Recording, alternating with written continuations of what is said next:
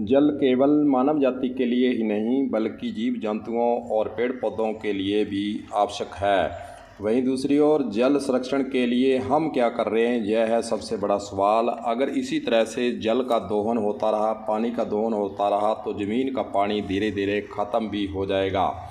इसका सबसे बढ़िया इलाज है कि रेन वाटर हार्वेस्टिंग से बरसात के पानी को संजय कर रखते हुए काम लिया जाना। मकान की छत पर गिरने वाले बारिश के पानी को टैंकों तथा टैंक में सहेजा जाने की आवश्यकता है ताकि व्यर्थ बहने की बजाय काम आ सके तथा भूमिगत जल स्तर भी इससे बढ़ सके। वहीं जल संरक्षण के प्रति शहर के लोग कितने सजग हैं, इसका नमूना आपको हम दिखाना चाहेंगे कि कार्यालयों के अंदर और आम बस्ती के अंदर इसके प्रति लोग सजग हैं या नहीं। आपको एक रिपोर्ट हम दिखाना चाहेंगे। हम बात करते हैं कि जिला शिक्षा अधिकारी प्रारंभिक शिक्षा हनुमानगढ़ कार्यालय के अंदर जल संरक्षण जो बरसात का पानी है उसके लिए मुख्यमंत्री जल सम्मेलन योजना के तहत हार्वेस्टिंग सेंटर स्थापित किया गया है। वहीं दूसरी ओर अगर हम पीडब्ल्यूडी विभाग की बात करें तो वहां का भी हमने भ्रमण किया, देखा कि वहां पर रेन हार्वेस्टिंग लगा हुआ है या नहीं, वहाँ भी हमें लगा हुआ मिला। आइए आपको पीडब्ल्यूडी का क्या कहना है वह सुनाते हैं।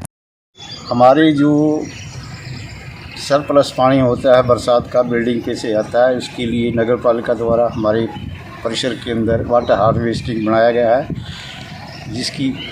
जिसकी वजह से सारा पानी उसके अंदर वाटर हार्वेस्टिंग के जरिए अंडरग्राउंड चला जाता है।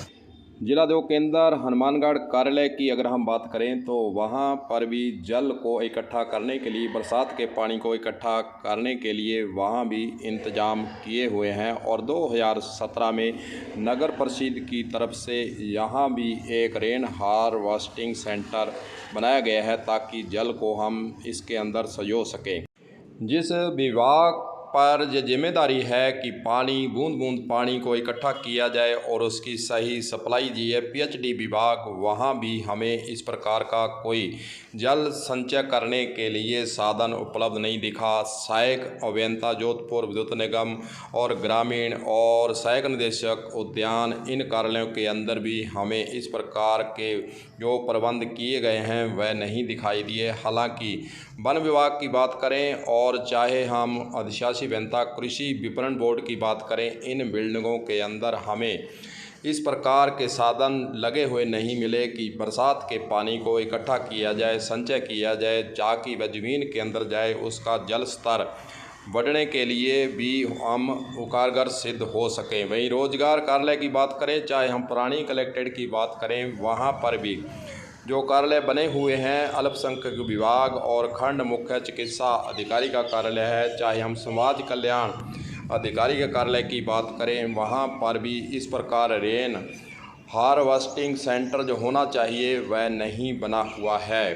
कहीं ना कहीं इन कार्यालयों के अंदर भी खुले में पानी जाता है। आपको पुरानी बिल्डिंग ये दिखा रहे हैं, कलेक्टेड हनुमानगढ़ की है, जो कि पानी निकलने के लिए सीधी पाइपें ही लगाई हुई हैं। यहाँ पर भी इस प्रकार के प्रबंध करने की आवश्यकता है ताकि बरसात के पानी को हम इकट्ठा कर सकें और ज़मीन के अंदर जो पानी का जल स्तर गिरता जा रहा है कहीं ना कहीं उसको बढ़ाने के लिए हम सहायक भी हो सकते हैं।